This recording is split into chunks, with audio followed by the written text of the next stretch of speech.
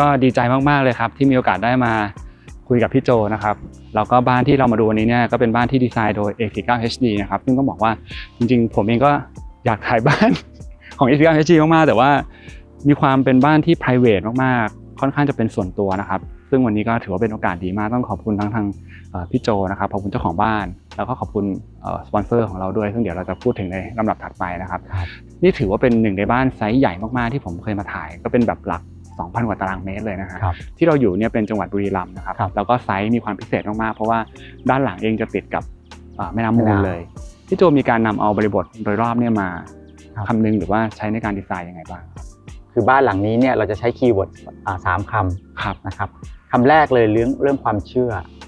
นะครับคำที่2คือสันฐานหรือรูปทรงนะครับคำที่3เนี่ยก็มีความสำคัญในเรื่องของการเปิดมุมมองอะไรต่างๆคือเรื่องสายน้ำเพราะฉะนั้น3อันนี้มันจะผสมรวมกันคราวนี้ถ้าเราเอาเรื่องความเชื่อก่อนคือตอนที่เราคุยกับทางเจ้าของโครงการเนี่ยมันก็มีการโน้ตเรื่อง requirement ต่างๆนะครับแล้ว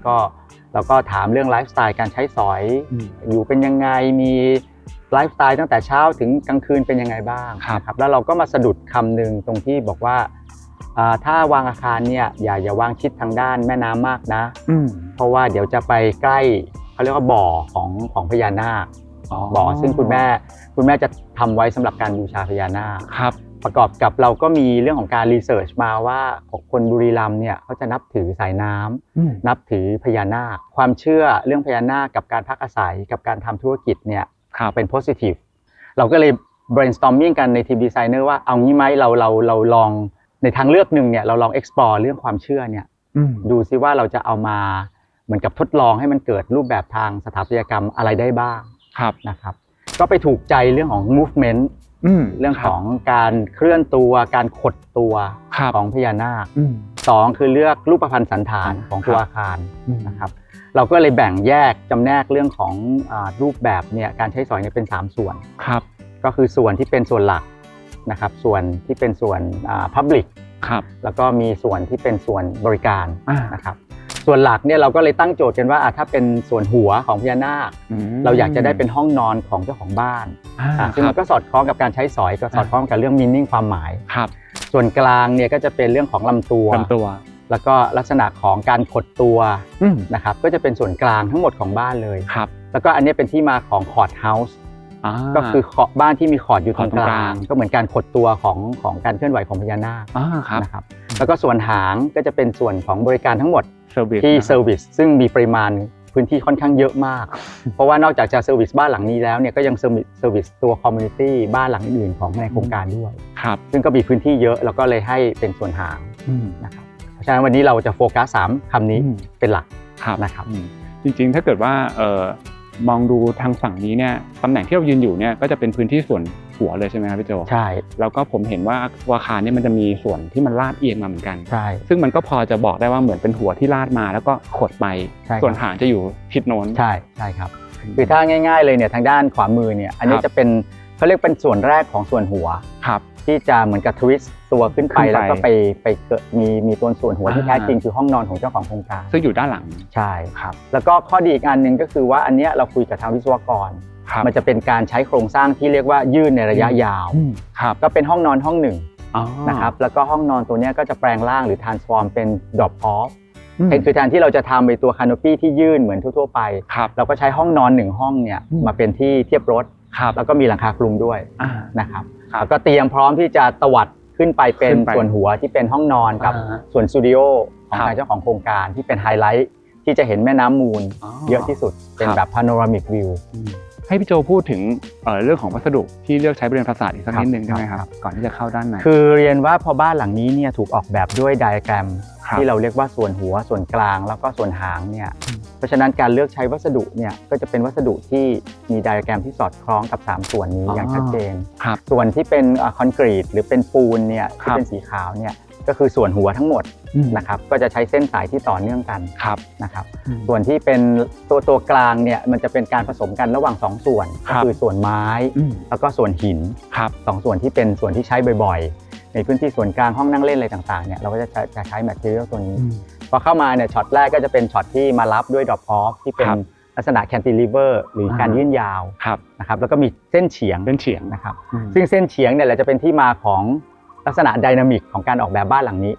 ที่เราจะส่งไม้กันระหว่างทีมสถาปัตย์กับทีมอินทีเรีย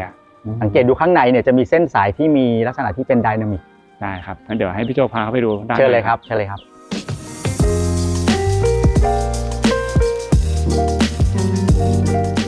บ้านหลังนี้จะมีฮวงจุ้ยด้วยนะครับแล้วก็เจ้าของบอกว่าคุณแม่เนี่ยทางท่านอาจารย์เนี่ยอยากให้เข้าทางด้านหน้าบ้านซึ่งเดิมเดี๋ยวเราเตรียมไว้ทางด้านข้างบ้าน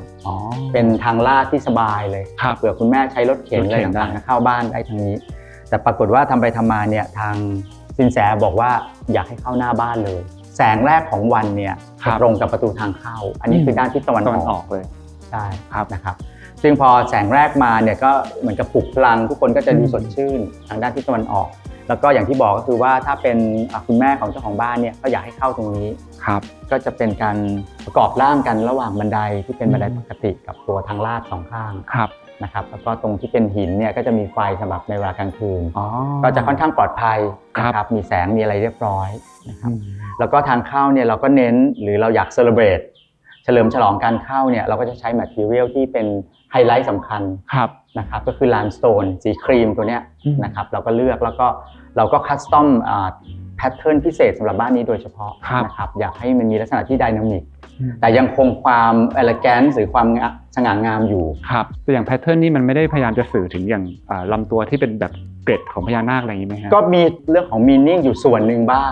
คือถ้าเป็นเกร็ดเนี่ยจะสม่ำเสมอนะครับแต่เราก็อยากให้มีความรู้สึกว่ามันก็เรียบง่ายนะแต่ว่าถ้าดูแล้วแพทเทิร์นก็จะมีลักษณะไดนามิกเบาๆไม่ได้ถึงขนาดแบบตะโกนมากนะครับอันนี้อีกอันนึงที่จะเฉลิมฉลองทางเข้าเนี่ยสังเกตดูว่าถ้าการยื่นโครงสร้างเยอะขนาดนี้นี่คือยื่นประมาณ1ห้องเลยนะครับก็คือห้องนอนข้างบนก็คือจะมีเจ้าเสาตัวเนี้ยอันนี้คือเสาซึ่งเราก็ทำยังไงดีจะให้ทุกคนไม่เห็นเสา2จะทำยังไงดีให้มีความรู้สึกว่าตัวคานโนปี้หรือตัวที่มารับ drop off ในเวลาฝนตกเนี่ยดูยิ่งโปร่งเบามากยิ่งขึ้นครับเราก็เลยเกิดกลอุบายว่าถ้าอย่างนั้นเนี่ยเราเอากระจกที่ไม่มีเฟรมเนี่ยมาช่วยทำให้มันเกิดสภาพไร้น้ำหนักแล้วเราก็เอาตัวสแตนเลสเนี่ยมาแคลดนี่หมายถึงว่าเราจะทำเป็นเหมือนวงกบยักษ์อันนึงที่มารับประตูด้านหน้ามันซุ้มทางเข้าแหละแต่จริงๆ2อันนี้คือเสาที่มารับน้ำหนักนะครับแล้วก็อีกอันนึงก็คือมุมทางด้านเสาทางด้านอันนี้นะครับก็จะช่วยรับน้ำหนักเพราะฉะนั้นมันจะรับกัน3จุดก็คือทางด้านขวามือตรงกลางแล้วก็ทางด้านซ้ายมือนะครับเดี๋ยวเราไปดูข้างในกันโอเคครับ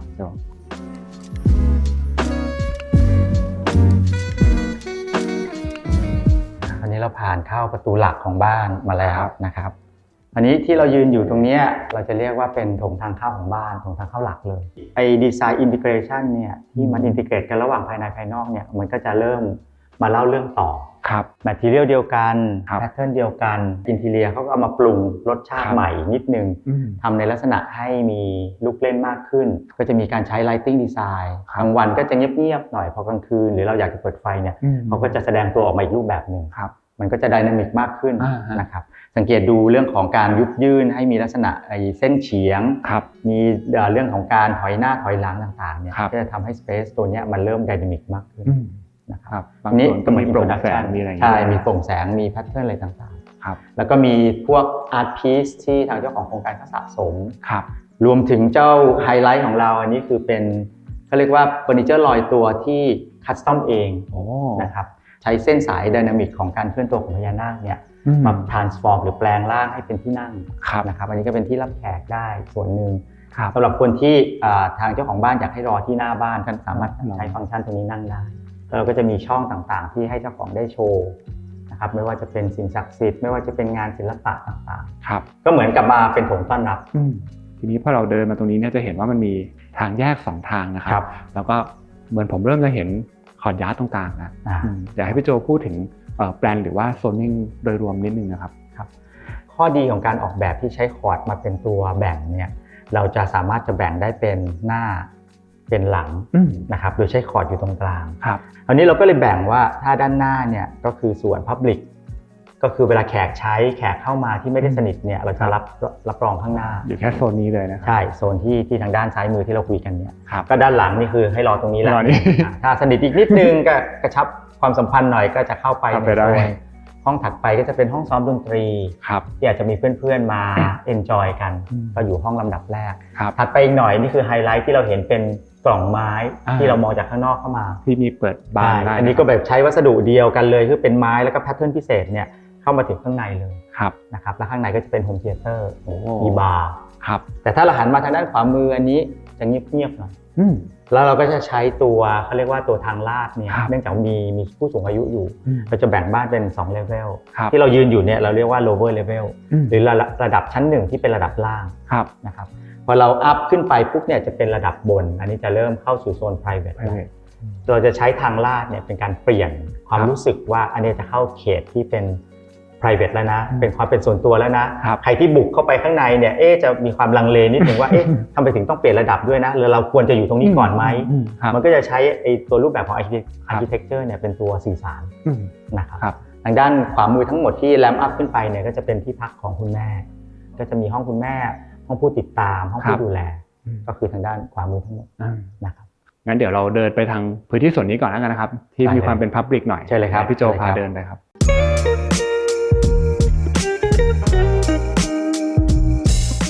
ส่วนคอร์ดใหญ่โตกว้างขวางบรรยากาศดีมากครับพี่โจมันก็จะให้ความรู้สึกโปร่งโล่งสบายแล้วก็รู้สึกมีความเป็นกันเองมากขึ้นอันนี้อย่างที่บอกว่าพอคอร์ดเฮาส์ปุ๊บเนี่ยเราก็ใช้ตรงนี้เป็นตัวแบ่งคล้ายๆกับว่าเป็นบัฟเฟอร์โซนก็คือตาเราเนี่ยสามารถจะมองได้ว่าฟังก์ชันถัดไปเนี่ยเป็นอะไรแต่ตัวเรายังเข้าไม่ได้เรายังมีความกังวลอยู่ว่าคนที่ถูกเชื้อเชิญเท่านั้นแหละถึงจะขึ้นทางลาดตัวนี้ขึ้นไปได้นะครับครับจริงๆในแง่การรับรู้เนี่ยพอเราเห็นเป็นคอริดอร์ยาวๆเข้าไปมันก็รู้สึกเหมือนกันนะว่ามันเริ่มเข้าสู่พื้นที่ส่วนตัวอย่างที่พี่โจบอกเลยเราจะไม่กล้าเข้าแล้วก็เรื่องของระดับที่มันลาดขึ้นไป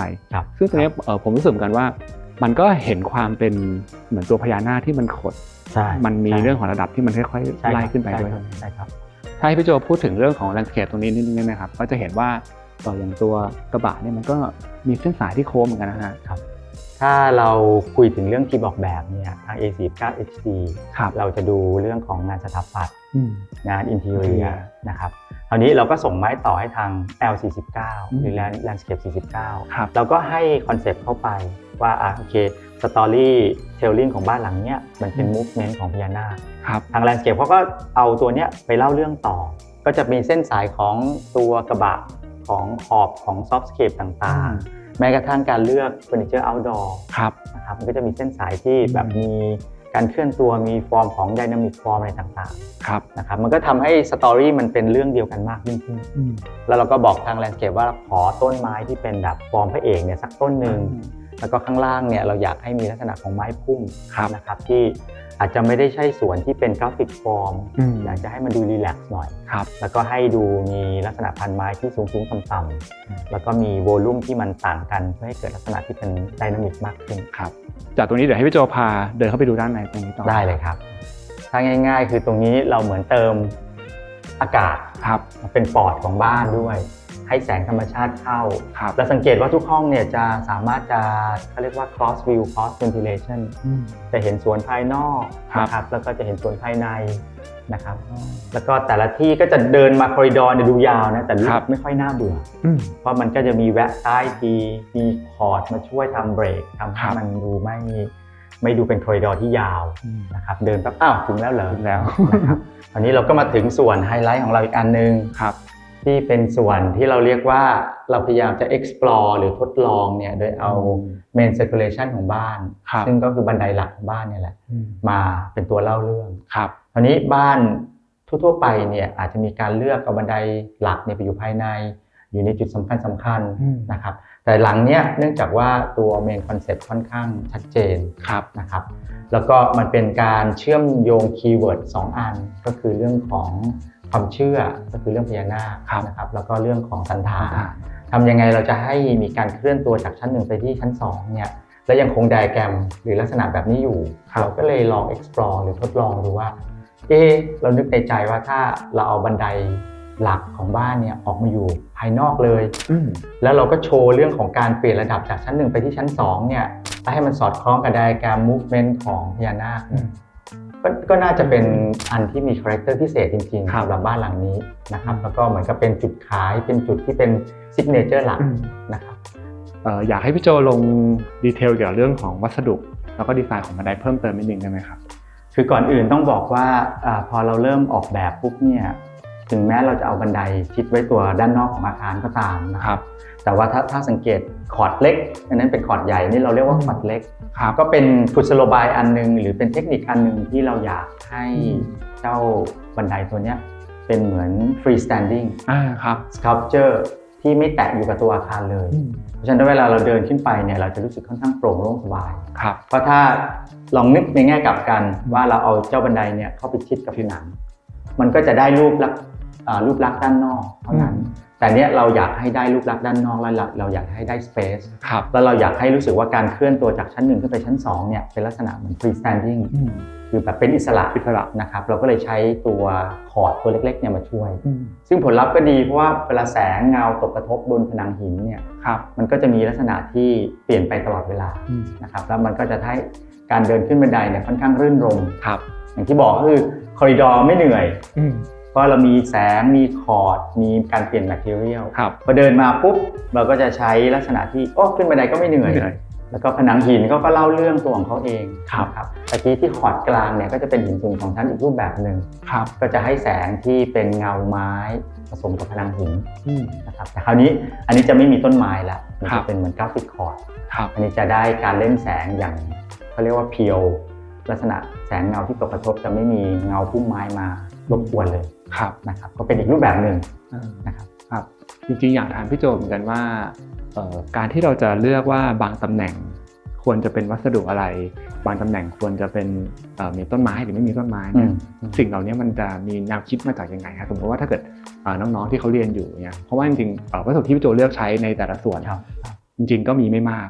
แต่มันก็ต้องมีความพอดีเหมือนกันใช่ไหมครับในการที่เราจะเลือกว่าจัดวางมันให้ลงตัวถูกต้องเนี่ยครับถ้าถามเรื่องความสนใจเนี่ยเป็นคนที่สนใจเรื่องการใช้ material ที่ relate หรือสัมพันธ์กับเรื่องไดอะแกรมตัวเมนคอของบ้านเนี่ยเราจะใช้เป็นหินหรืออย่างด้านขวามือเนี่ยเป็นไฮไลท์ของส่วนที่เป็น public entertaining zone เนี่ยก็จะใช้ไม้เพราะฉะนั้นมันเหมือนกับว่าเวลาเรา apply material เข้าไปถูกที่ถูกทางเนี่ยไดอะแกรมมันจะปรากฏตัวขึ้นมาเองคราวนี้เราก็ต้องใส่เรื่องราวย่อยเข้าไปเช่นคอร์ดกลางเราอยากให้มีลักษณะที่มีความร่มรื่นแต่คอร์ดอันนี้ก็จะเป็นการวางเหมือนกันว่าเราอยากได้คอร์ดที่เรียบเกลี้ยงสงบมันก็จะเป็นสตอรี่1เดินมาเป็นสตอรี่2แล้วก็เปลี่ยนมูดขึ้นไปที่ชั้นบนนะครับมันเหมือนพล็อตเรื่องพล็อตละครต่างๆที่แกชอบเล่นมันจะเป็นแบบพล็อตที่1พล็อตที่2แล้วมันแต่ละอันมันก็จะมีไคลแม็กซ์ของมันคือถ้าเราวางไดอะแกรมดีนะครับไดอะแกรมเนี่ยไม่ว่าจะมาจากเรื่องของคีย์เวิร์ดก็ตาม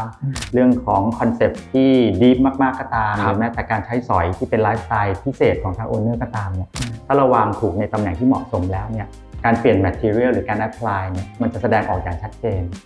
นะครับแล้วมันก็เหมือน sculpture ครับมันจะเป็น3มิติของมันด้วยตัวเองครับ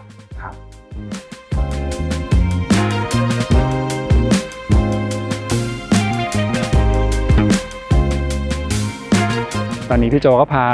ออกมาเดินด้านนอกบ้างนะครับแต่ข้างหลังเราเนี่ยก็ยังคงเป็นมุมเดิมบริเวณโถงบันไดนะครับได้ครับก็จริงๆแล้วเนี่ยอยากให้เห็นตั้งแต่ด้านซ้ายมือนะครับก็คือเรื่องของตัวกล่องไม้อย่างที่ย้ำก็คือว่าถ้าเราวางไดอะแกรมที่ถูกต้องอันนี้คือกล่องไม้กล่องที่1แสดงมันต้องมี2กล่อง3กล่องมีมากกว่า1กล่องที่1เนี่ยก็จะเป็นไฮไลท์ของบ้านทางด้านหน้านะครับก็เป็นส่วนสำคัญที่เป็น Public Space ที่รองรับเพื่อนฝูงนะครับแล้วก็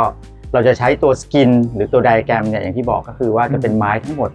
อินเทอร์ล็อกกิ้งเข้ามาด้านในด้วยนะครับลักษณะจะเป็นอินทิเกรชันระหว่างงานสถาปัตย์กับงานอินทีเรีย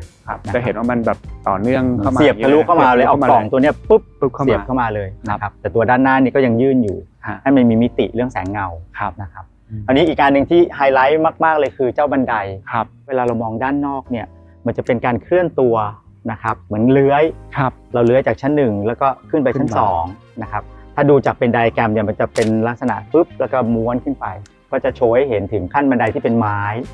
ตัวคานที่เป็นปูนนะครับแล้วก็เราก็ทาสี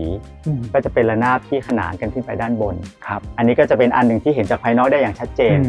นะครับทีนี้ถ้าเกิดให้พี่โจเล่าถึงรูปด้านอีกฝั่งหนึ่งครับพอสมมุติว่ามันเลื้อยขึ้นไปแล้วเนี่ยมันจะไปเจอกล่องไม้อีก1 กล่องใช่ไหมครับก็จะเป็นเมนฟังก์ชันอีกสำคัญอีกอันหนึ่งของทางเจ้าของโครงการ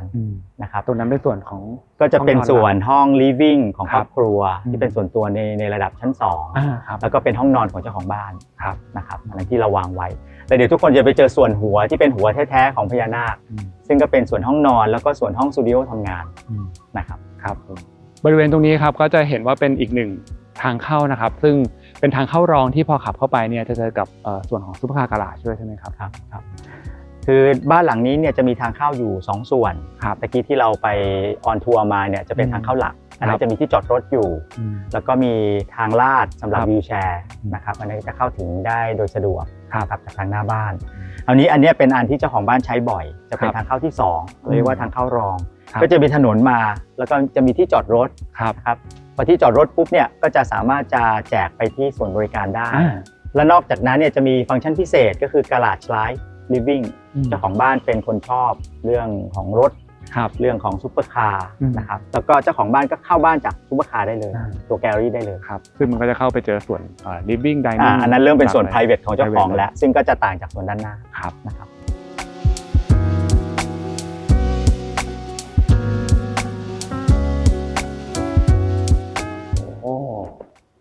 ทีนี้นี่เน้นโทนสีเขียวเป็นหลักเลยนะครับใช่ครับหลังจากที่เมื่อกี้ผมคุยกับพี่โจไปแล้วนะครับตอนนี้ผมก็มาอยู่กับพี่บอยนะครับซึ่งเป็นโปรเจกต์แมเนเจอร์ที่ดูแลเรื่องของ Interior Design นะครับพื้นที่ตรงนี้มันไม่ใช่แค่การาจเท่านั้นแต่ว่ามันผสานความเป็น living เข้าไปด้วยใช่ครับถูกต้องครับซึ่งผมเองก็จะเห็นลักษณะแบบนี้ในอาจจะเป็นในโครงการหรือบ้านหลายๆหลังที่มีการผสานความชอบเข้ามามากขึ้นแล้วก็ตรงนี้มันเหมือนเป็นพื้นที่คล้ายๆดิสเพลย์ที่แบบโชว์รถหรือว่าบางทีเพื่อนๆเอารถคันอื่นมาแล้วก็คุยกันเรื่องความชอบเกี่ยวกับรถอะไรใช่ไหมถูกต้องครับอย่างภายในนี้วัสดุที่เราใช้มาตกแต่งเนี่ยถ้าดูจากข้างนอกเนี่ยมันจะเป็นวัสดุที่ค่อนข้างจะตรงไปตรงมาแต่พอมาเข้ามาข้างในเนี่ยรูปฟอร์มเชฟเส้นสายต่างๆมันเริ่มเยอะขึ้นพื้นก็มีการใช้เส้นใช้เคิร์ฟฝ้าต่างๆไปถึงงานระบบเนี่ยเรายังต้องทำให้มันโค้งตามรีเลทตามไปถึงตัวผนังส่วนของเชลฟ์ที่อันนี้เป็นความต้องการของโอเนอร์เลยเป็น requirement หลักก็คืออยากจะเอาไว้วาง spare part ต่างๆของรถยนต์เราก็เขียนมันด้วยการใช้เส้นสายแล้วก็มีเส้นไฟได้ทำยังไงถึงจะทำให้ไฟมันออกมาที่ไอตัวเชลฟ์ได้มันอินทิเกรตกันระหว่างตัวไฟกับตัวเชลฟ์เราก็เลยต้องเป็นอะไรที่ใสโปร่งแสงทำให้แสงเนี่ยมันสามารถแสดงศักยภาพที่ออกมาได้แล้วก็ยังมีฟังก์ชันในการใช้วางได้ด้วยก็คือเราใช้อะคริลิกแล้วก็ผนังเนี่ยที่มันเป็นรูปฟอร์มธรรมชาติเนี่ยที่โค้งเว้าไปเนี่ยมันก็จะมีวัสดุชนิดหนึ่งก็คือเขาเรียกว่าหินสังเคราะห์เพราะหินสังเคราะห์เนี่ยมันจะพอเขาเชื่อมต่อกันแล้วมันจะไล่รอยต่อเลยแล้วมันจะดูแบบคอนทินิวต่อกันไปได้แบบไม่มีที่สิ้นสุดนะฮะถ้าเราจะอยากให้มันเป็นฟอร์มไหนเชฟไหนได้หมดเลยใช่ครับโอเคครับอีกอย่างหนึ่งที่อยากพูดถึงก็คือโซฟาที่เรานั่งอยู่ตรงนี้ครับก็ถือว่ามีความโดดเด่นมากๆใช่ทั้งในเรื่องของฟอร์มแล้วก็เรื่องของสีสันนะครับใช่อันนี้เหมือนไฮไลท์เหมือนกันครับก็ถ้าเรารีเลทกับคอนเซปต์ในการออกแบบเนี่ยเส้นสายที่คุณแกร็บเห็นเนี่ยมันเหมือนแอโรไดนามิกความเร็วกับรถแรงลมแรงอะไรเงี้ยโซฟาเนี่ยถ้าให้ผมเล่าจริงๆมันก็อันนี้จะเป็นของดีไซน์ของคุณซาฮาฮาดิดครับเขาบอกว่าดีไซน์นี้มาจากก้อนหินที่ถูกลมถูกน้ำกัดเซาะมาเหมือนกันซึ่งมันจริงๆมันรีเลทกันแล้วรูปฟอร์มรูปเชฟมันพอมาอยู่ในสัดส่วนที่มันไม่ได้เป็นอะไรที่สมมาตรเนี่ยมันสามารถอยู่ได้ครับแล้วก็ค่อนข้างจะน่าสนใจเลยแหละครับอย่างตัวนี้เองก็เป็นโซฟาที่ชื่อว่าเซฟเฟอร์โซฟานะครับก็เป็นซาฮาเดดดีไซน์ให้กับแคทติน่าตัวฟอร์มมันเนี่ยมันมีส่วนเว้าโค้งต่างๆแล้วมันก็รีเลทกับเรื่องของฟังก์ชันด้วยที่เป็นแบบตัวพิงหลังได้หรือเท้าแขนได้นะครับและนี่เป็นสีพิเศษซึ่งโอเนอร์สั่งเองใช่ก็แน่นอนว่าในเรื่องของราคาหรืออะไรต่างๆก็จะเพิ่มขึ้นตามครับแต่ถือว่าเป็นหนึ่งในโซฟาที่มีความโดดเด่นแล้วก็เข้ากับงานออกแบบของอินทีเรียโดยรวมถูกต้องครับแล้วก็ในความชอบของเจ้าของที่เกี่ยวกับเรื่องรถนะครับ นอกจากเป็นตัวนี้แล้วเนี่ยผมเห็นว่าบนห้องนอนเองก็จะมีเก้าอี้ตัวหนึ่งที่เป็นเกี่ยวกับรถยนต์ด้วยใช่ไหมครับอันนี้น่าจะเป็นชั้นบนสุดที่เป็นห้องทำงานสตูดิโอของแกทาง Fortuna Found ครับคอลแลบกับ Ferrari ครับเป็นเบาะหนัง Ferrari แล้วก็ตัว material ในการใช้ทำเฟอร์นิเจอร์เนี่ยเป็นเคฟลาร์ครับซึ่ง Ferrari ถ้าคุณแก๊ปนึกออกก็คงจะมีสีแดงสีเหลืองถูกไหมฮะครับอันนี้แกมีสีเขียวด้วยนะสันทำอีกแล้วก็คืออีกพิเศษอีกแล้วอีกพิเศษอีกแล้วแกเอาทั้งสีแดงมาตรฐานด้วยแล้วก็สีพิเศษของแกด้วยครับสุดยอดจริงๆเลยนะครับคือ Fortuna Found เนี่ยต้องบอกว่าก็เป็นแบรนด์สัญชาติอิตาลีนะครับซึ่งจริงๆก็จะมีเรื่องของ craftsmanship งานที่แบบมีความประณีตพิเศษอยู่แล้วแล้วก็พอมันเป็นcockpit Ferrari เนี่ยตัวนี้คือเป็นเก้าอี้ที่ดีไซน์มาเหมือนเป็นโอกาสพิเศษครบรอบ70 ปีของเขาใช่แล้วก็มันจะเป็นเหมือนเก้าอี้แบบรถแข่งเลยพอมันถูกนำมาผสานใช้ในบ้านเนี่ยก็คือเป็นเก้าอี้ที่สามารถใช้ในการนั่งทำงานแล้วก็รองรับเรื่องของระยะต่างๆได้ดีด้วยแน่นอนดังนั้นก็คือดีเจ๋งทั้งเรื่องดีไซน์แล้วก็เรื่องการใช้งานถูกต้องครับนี่ก็เป็นเพียงแค่เฟอร์นิเจอร์เบื้องต้นนะครับที่เราพูดถึงแต่ว่าเดี๋ยวเข้าไปด้านในก็จะมีเฟอร์นิเจอร์อีกหลายชิ้นนะครับซึ่งผมอาจจะเกริ่นบอกไว้ก่อนเลยว่าก็เป็นเฟอร์นิเจอร์ของทาง Euro Creation นะครับเดี๋ยวเราไปดูดีเทลอื่นด้านในต่อได้ครับเชิญครับ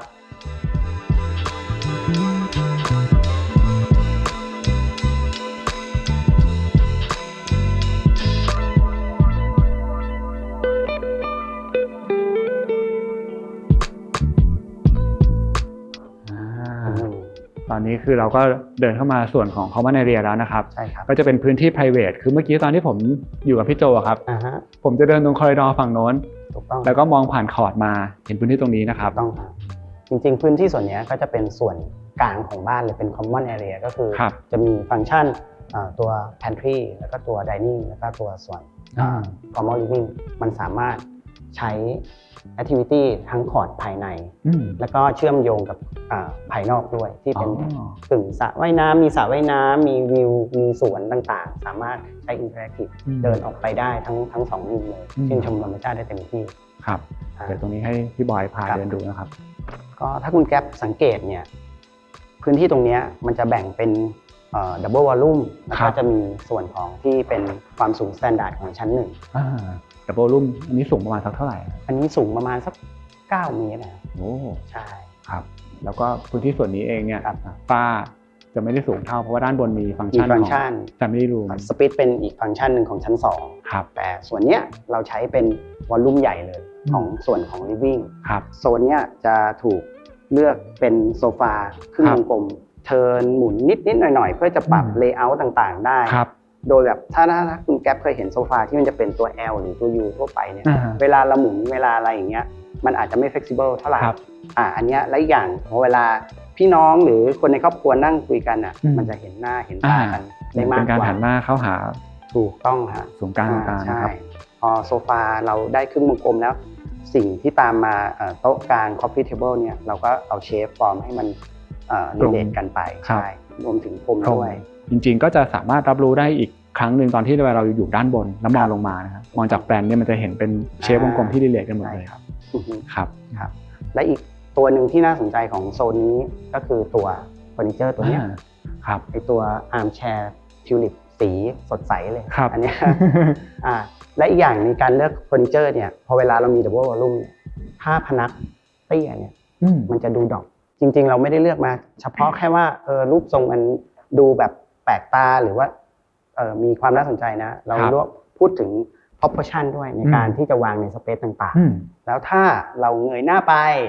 อันนี้แหละครับที่เป็นผลงานของซาฮาดิดครับตัวแชนเดอเลียร์ด้านบนเนี่ยจะเป็นของ SLAM นะครับชื่อว่า Area Chandelier นะครับซึ่งก็ดีไซน์โดยซาฮาดิดอย่างที่พี่บอยบอกไปตัววัสดุเนี่ยมันจะเป็นวัสดุพิเศษของเขาที่ชื่อว่า Crystal Flex นะครับมันจะเป็นแผ่นใสๆแต่ว่ามันมีความแข็งแรงมากแล้วก็เนี้ยเขาบอกมันประกอบกันขึ้นมาจากแผ่น Crystal Flex เนี่ย50 แผ่น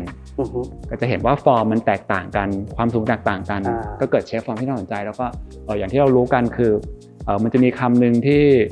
สามารถบ่งบอกคาแรคเตอร์งานของซาฮาได้ก็คือความเป็นfluid หรือความลื่นไหลซึ่งตั้งแต่โซฟาเมื่อกี้ที่เราเห็นที่การาจนะครับมาถึงตรงนี้เนี่ยก็จะเห็นฟอร์มมีความลื่นไหลมากแล้วก็มันจะมีบางอันที่สีมันไม่ได้เป็นสีใสด้วยใช่ไหมครับถูกต้องเป็นแบบเกรเดียนด้วยใช่เป็นเกรเดียนด้วยซึ่งเกรเดียนเนี่ยถ้าแก๊ปเห็นในโซนนี้ มันจะมีความออกดำๆนิดๆซึ่งมันก็โยนมาที่ไอตัวโต๊ะข้างไซส์เทเบิลหรือว่าถ้าเราหันหลังไปนี่เลยฮะโต๊ะทานข้าวรูปฟอร์มเขาค่อนข้างจะโดดเด่นชัดเจนแล้วก็หินเป็นหินแบบมีเอกลักษณ์เลยแหละแต่ทีนี้การเลือกเฟอร์นิเจอร์ที่จะมาคู่กับเขาแล้วยังให้เขาโดดเด่นอยู่ได้เนี่ยเราก็ต้องหาตัวเก้าอี้ทานข้าวเนี่ยที่ทั้งสีสันมันก็ยังรีเลทกันอยู่จะมีความเทาๆดำๆแล้วก็พนักก็คือไม่ได้บดบังเชฟฟอร์มของตัว dining table ครับใช่ผมก็ชอบที่วาย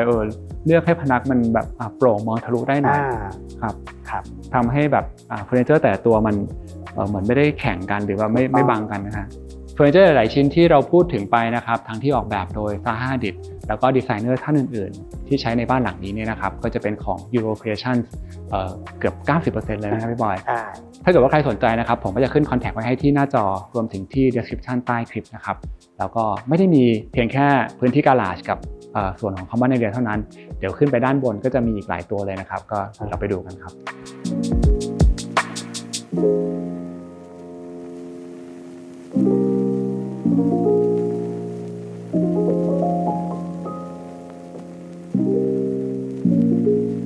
ก็จากส่วน Common Area นะครับเดี๋ยวเราขึ้นไปชั้น2ครับอันนี้เดินมาตามโถงนี่มีลิฟต์ด้วยนะครับใช่ครับก็คือบ้านหลังนี้จะ access ขึ้นไปชั้น2ได้มี2ทางก็คือตัวลิฟต์แล้วก็อีกอันจะเป็นบันไดหลักด้านนอกที่คุณที่เมื่อกี้ผมคุยกับพี่โจอยู่เป็นเอกลักษณ์ของบ้านหลังนี้ครับทีนี้พื้นที่ส่วนนี้มีความน่าสนใจมากฮะจะพูดว่าพื้นที่ส่วนตัวอยากอยู่เงียบๆอยากนั่งทำสมาธิหรืออยากอ่านหนังสืออะไรอย่างเงี้ยฮะซึ่งตัวแผงเนี้ยที่คุณแกเห็นเนี่ยที่มันมีการเล่นสเต็ปเล่นไฟอันเนี้ยมันจะสามารถเก็บของได้เก็บอะไรได้และโอนเนอร์จะมีความไลฟ์สไตล์แกจะมีความลูกเล่นนิดนึงถ้าเราแบบเรียบๆไปเนี่ยมันจะดูมินิมอลไปแกอาจจะยังแบบไม่พอไม่ให้โดนใช่ก็อาจจะมีการเล่นไลติ้งช่วยทำให้ตรงนี้มันดูน่าสนใจขึ้นรวมถึงการใช้ตัวกระจกสีแล้วก็จะมีการตั้งเฟอร์นิเจอร์อยู่ชุดหนึ่งอันนี้แกบอกว่าเวลาแกอยากอยู่คนเดียวอยากทำสมาธิหรืออะไรเงี้ยหรือนั่งอ่านหนังสือเนี่ยแกจะมาใช้สเปซนี้ครับแล้วก็จริงๆข้างบนคือเป็นสกายไลท์ด้วยไหมครับถูกต้องฮะอันนี้ก็สูงไม่ได้ต่างกับโถงเมื่อกี้เลยนะครับประมาณ9 เมตรเหมือนกันครับใช่ครับโอเคครับเดี๋ยวจากตรงนี้ผมให้พี่บอยพาขึ้นไปชั้น2นะครับได้ครับ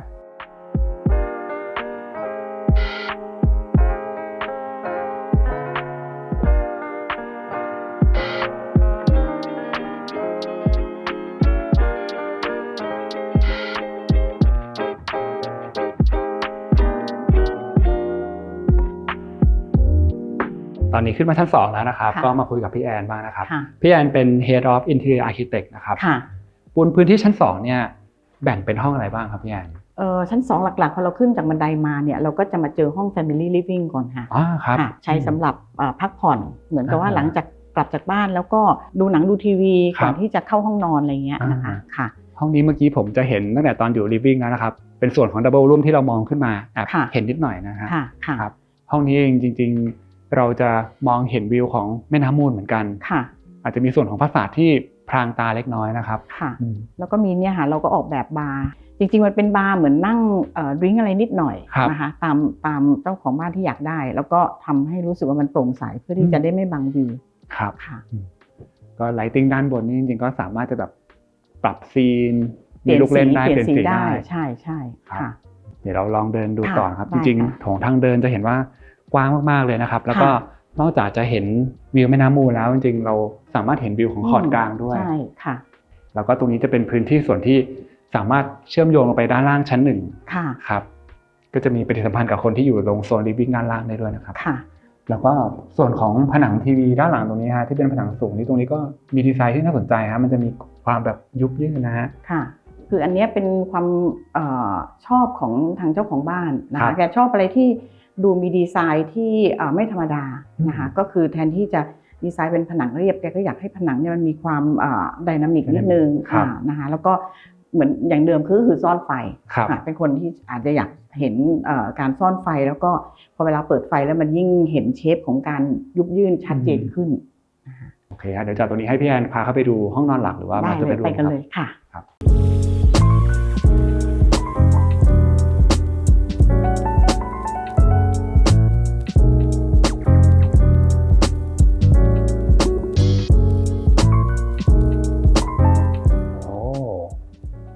อนที่กว้างมากนะฮะแล้วก็สเปซมันเชื่อมโยงไปถึงชั้นบนในแนวตั้งด้วยนะฮะใช่โอ้ตรงนี้ก็เปิดวิวโล่งเห็นแม่น้ำสวยงามครับค่ะมีส่วนของส่วนนั่งเล่นก่อนนะคะแล้วก็ส่วนห้องนอนจริงๆอยู่ทางด้านหลังผนังนี้นะคะแล้วก็ห้องนี้ก็ถือว่ามีบันไดตัวที่เป็น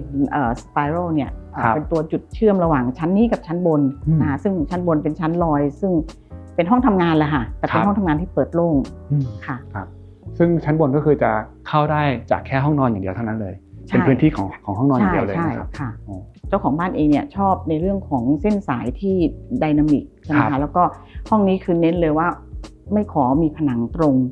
นะขอให้ใช้ผนังโค้งให้หมดนะคะแล้วก็เราก็เลยครีเอทไอ้ผนังนี้เป็นผนังที่กั้นระหว่างห้องนี้ห้องนั่งเล่นกับห้องนอนพอเวลามันมีเชฟแล้วมันมีไฟที่ซ่อนเนี่ยมันจะเป็นตัวทำให้เห็นเชฟของ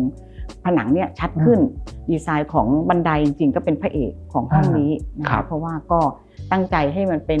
เหมือนเป็น sculptural form นิดนึงเชื่อมระหว่างชั้นนี้ขึ้นไปข้างบนครับค่ะจริงๆการ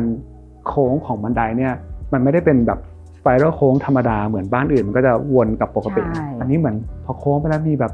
มีบิดด้วยใช่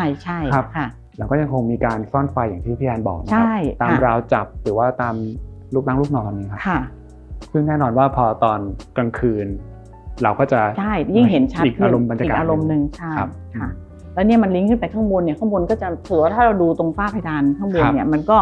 คือทุกอย่างมันมองไปแล้วเห็นแต่เส้นที่ไดนามิกมากๆครับค่ะเดี๋ยวจากมุมนี้ให้พี่แอนพาไปดูด้านหลังนิดนึงนะครับจะเป็นส่วนของห้องน้ำแล้วว่าอินคลอสเซ็ตใช่ไหมค่ะใช่ค่ะเชิญเลยค่ะครับแวะห้องน้ำก่อนแล้วกันครับผมก็ข้างหน้าเข้ามาปุ๊บเนี่ยเราก็อาจจะเจอตัวอ่างล้างหน้านะคะซึ่งอ่างล้างหน้านี้ก็เป็นดีไซน์พิเศษให้เจ้าของบ้านโดยเฉพาะเป็นอ่างคัสตอมก็คือไม่ได้เลือกใช้อ่างสำเร็จรูปนะคะแล้วก็ตัวดีไซน์ของชั้นอินทิเกรตกับไอตัวกระจกเงาค่ะก็ดูให้มันมี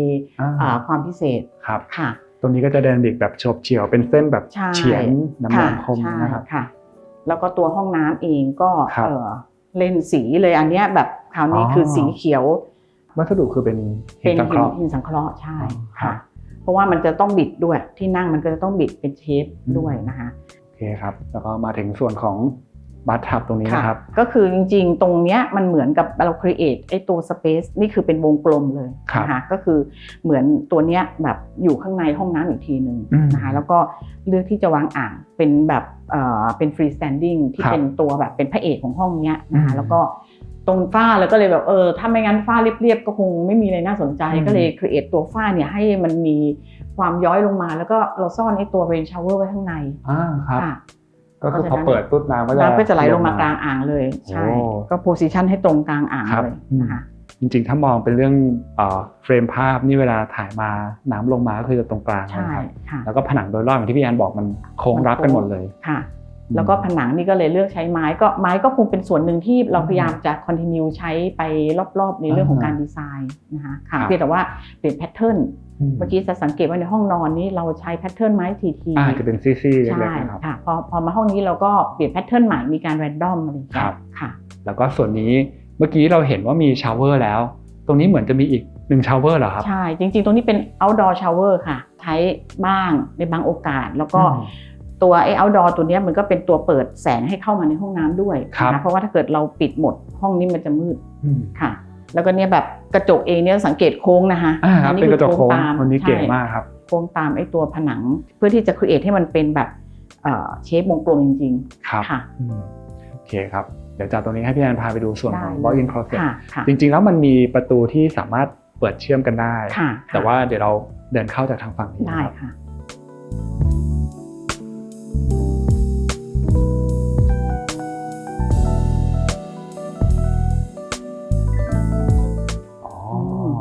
นี่ก็เป็นห้องโล่งๆเลยนะครับค่ะคือตรงนี้ก็เป็นอีกจุดหนึ่งที่เห็นดับเบิลสเปซคือเห็นสเปซต่อเนื่องขึ้นไปถึงชั้นลอยข้างบนนะคะที่เป็นห้องทำงาน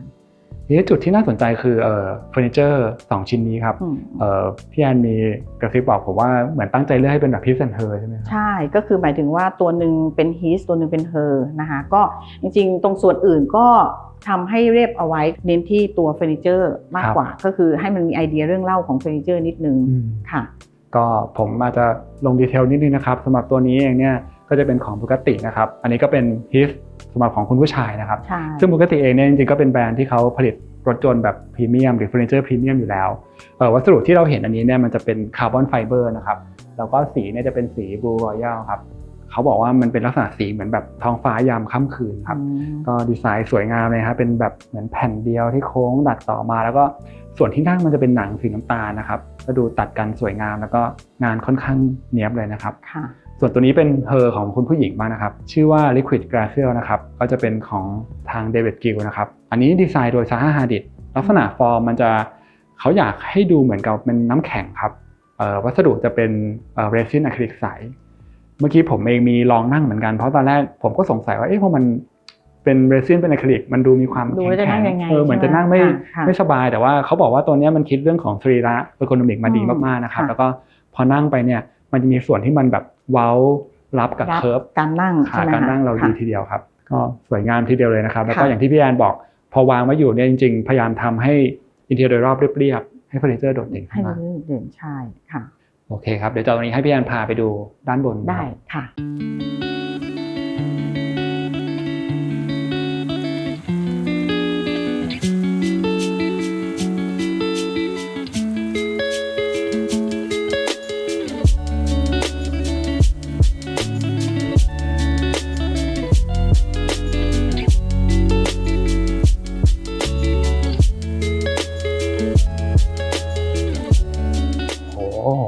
สวยมากครับพี่แอนค่ะนี่แหละห้องชั้นลอยนี่คือเหมือนเป็นไฮไลท์ที่แบบตั้งใจเห็นเปิดวิวโดยรอบเลยนะฮะค่ะ270องศาแล้วก็พระอาทิตย์ตกด้วยตรงมุมนี้ค่ะก็คือมุมนี้คือเป็นทิศตะวันตกเลยนะครับก็จะเห็นพระอาทิตย์ตก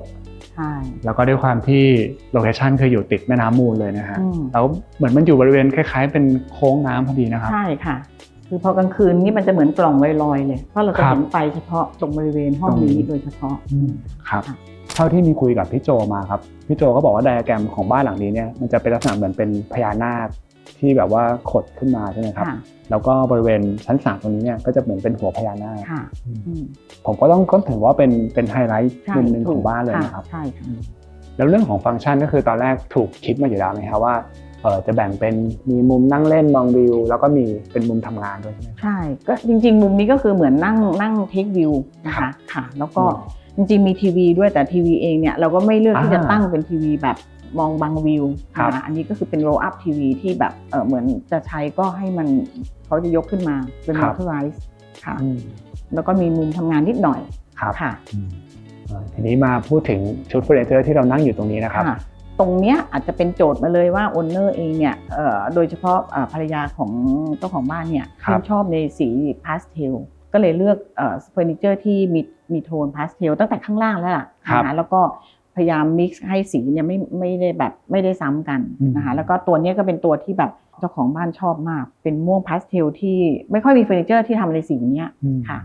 ก็ผมลงดีเทลนี่นะครับอย่างตัวที่พี่อันบอกนี่ก็ของ Caperini นะครับซึ่งแบรนด์เขาก็จะมีคาแรคเตอร์โดดเด่นในเรื่องของฟอร์มที่จะดูสะดุดตาส่วนโต๊ะกลางตัวนี้ครับอันนี้ของ David Gill นะครับก็จะชื่อว่า Gravity ตัวนี้มันก็จะลักษณะเป็นเหมือนก้อนน้ำแข็งนะก็มีความลอยตัวมันจะมีเอฟเฟกต์ของการสะท้อนอะไรต่างๆนะครับซึ่งดูมีความพิเศษฮะเหมือนมันลอยเห็นครั้งแรกนี่คือรู้สึกแบบโอ้โห Special Made นะก็คือแบบสั่งทำพิเศษอะไรเงี้ยนะคะแล้วก็เห็นเขาบอกว่าทุกตัวนี้จะไม่เหมือนกันนะคะคือไม่ได้ทำแบบในคือฟอร์มจะแตกต่างกันใช่จะแตกต่างกันนิดหน่อยนะคะแล้วก็มองให้เป็น sculptural ประมาณนึงอ่ะค่ะครับแล้วก็ตัวที่เรานั่งอยู่นี่ครับก็เป็นโทนสีพาสเทลที่พี่อันบอกเหมือนกันนะครับอันนี้ของ Casina ครับอันนี้ก็จะดีไซน์โดยคุณพาริเชียโอเคล่านะครับเขาคิดถึงภาพแบบตัวแผ่นน้ำแข็งที่มันแตกออกครับก็จะเห็นว่าฟอร์มก็จะมีความเคิร์ฟโค้งนะครับพวกเฟอร์นิเจอร์พวกนี้ก็คือตั้งมาแล้วก็ทำให้รู้สึกเหมือนกับว่าแต่ละอันมันจะมีคาแรคเตอร์ของมันเองค่ะครับก็จริงๆส่วนหนึ่งอ่ะของห้องนี้ก็จะเห็นว่าตัวราวกันตกของห้องนี้เองเนี่ยมันโค้งด้วยแล้วเราก็ตั้งใจใช้เป็นกระจกด้วยเนื่องจากว่าคือถ้าข้างล่างเนี่ยมองขึ้นมามันก็จะเห็นความต่อเนื่องชัดเจนเห็นเฟอร์นิเจอร์ชิ้นนี้จากข้างล่างนะคะซึ่งมันก็จะทำให้มีสีสันคือหมายถึงว่าไม่ได้ปิดกั้นมุมมองค่ะเพราะถ้าลองคิดภาพว่ามันเป็นทึบไปหมดเลยเนี่ยการเชื่อมโยงมันก็จะหายไปเลยใช่ถูกต้องค่ะ แล้วมันก็เลยจะทำให้ตัวบันไดเด่นขึ้นครับ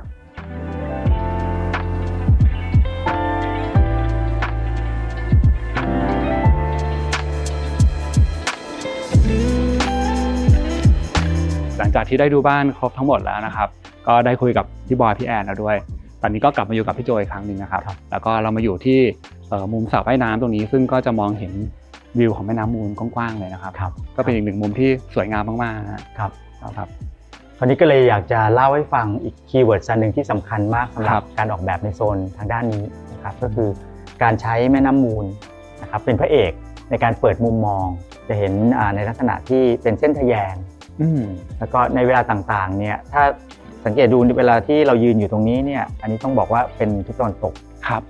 มีความยากเหมือนกันในการออกแบบวิวกับพระอาทิตย์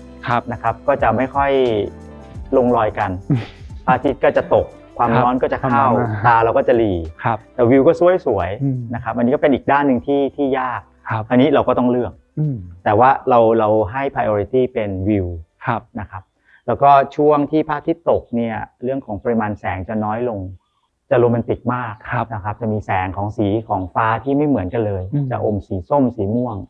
ซึ่งก็เป็นอันที่เป็นวิวที่ดีที่สุดของบ้านหลังนี้นะครับอันนี้ตอนนี้ที่เรายืนอยู่เนี่ยเราเรียกว่า upper level นะครับก็คือเป็นส่วนที่เป็น private ของเจ้าของโดยเฉพาะระเบียงนี้จะเป็นระเบียงนั่งเล่นนะครับแล้วก็จะต่อด้วยส่วนนั่งเล่นส่วนทานอาหารส่วนเตรียมอาหารที่เจ้าของบ้านใช้เองเป็น private zone แล้วก็มีห้องออกกำลังกายนะครับแล้วก็โปรนิดโปรหน่อยของการเปลี่ยนชุดว่ายน้ำคนข้างนอกก็จะไม่เห็นแขกที่อยู่ในโซนพับบิกก็จะมองมาไม่เห็นเราใส่ชุดว่ายน้ำนะครับอันนี้ก็จะเป็นอันหนึ่งที่เจ้าของบ้านขอไว้ว่า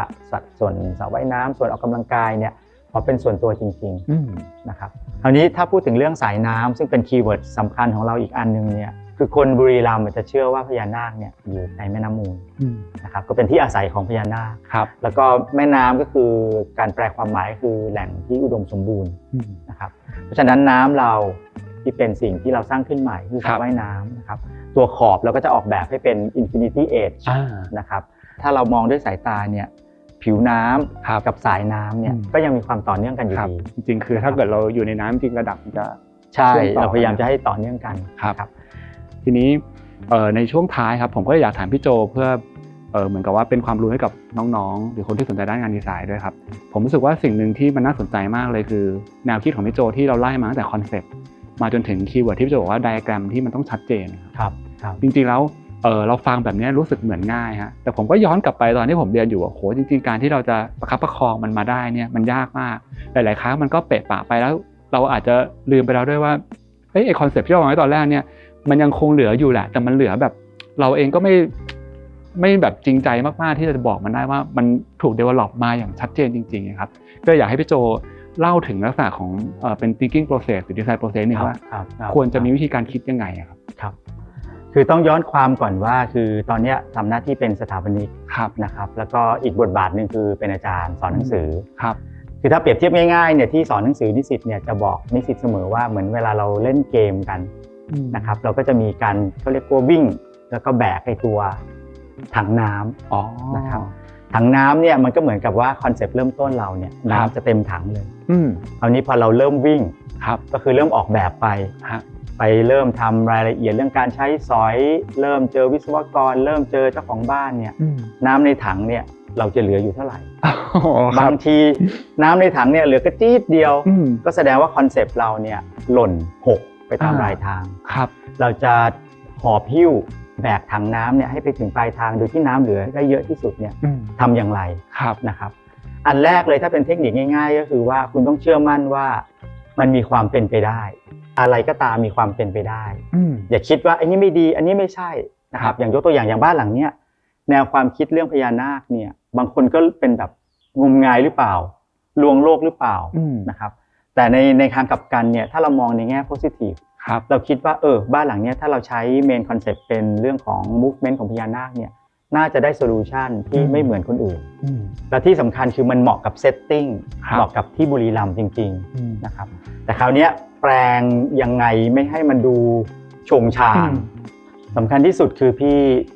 คิดว่าเรื่องการแปลความนะครับเรื่องการ transform